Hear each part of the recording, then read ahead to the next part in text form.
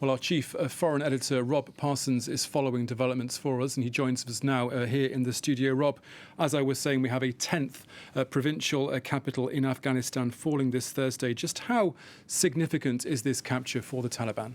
Well, at the moment, it seems with every passing day that the situation gets worse for the Afghan armed forces and for the Afghan government. The significance of Ghazni is that it lies just southwest of Kabul, about 150 kilometers southwest, on the main highway, Highway 1, that links Kabul with Afghanistan's second largest city, Kandahar, where fierce fighting is going on at the moment between the Taliban and Afghan armed forces. It will make it, in other words, much harder than it has been up until now to supply Afghan armed forces fighting against the Taliban to the south of Kabul. The noose is getting tighter and tighter. Just a few days ago, we saw the fall of Pule Khumri in the north of Kabul, another important town which straddles the highway which links key cities. Kunduz already fallen to the Taliban, and Mazar-i-Sharif in the northwest. And of course, Rob, the warning has also gone out from Washington that Kabul could well be isolated soon and then captured in the weeks ahead. This is obviously the concern at the moment as this news tightens. The intelligence is suggesting that within 30 days, Kabul could be isolated, and within a further 2 months after that, Kabul could fall.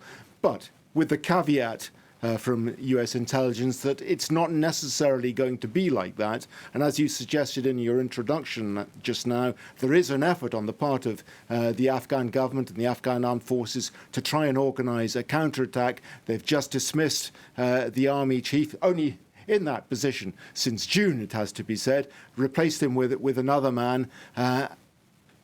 President Ghani has just been to Mazar-i-Sharif to see whether he can rally support there, talking to General Dostum, Uzbek warlord with a pretty unsavory past, it has to be said, on human rights abuse, to try and bring those forces together that might support the government to fight back against the Taliban. General Dostum himself, very confident, he says, that it can be done.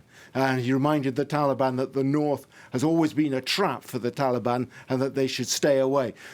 You know, it's not a done deal yet. It could still be saved, but the signs are certainly, the warning signs are there for everybody to see.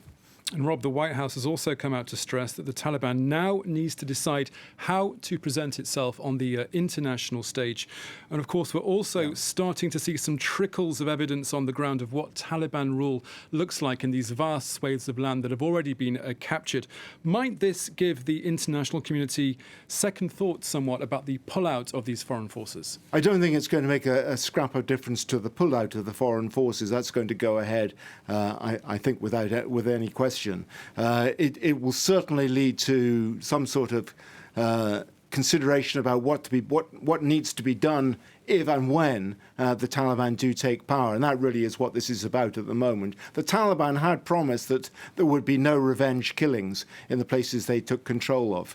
And certainly some messages have been sent out by the Taliban command to those lower down the chain not to take revenge, but it's not happening. There is quite clear evidence that the Taliban are taking revenge, particularly against people who have worked in the past for the Afghan government, either in the capacity as military or civil servants. Women have been targeted. People are being forced to wear the burqa again. Schools are being closed down. Revenge punishments are taking place.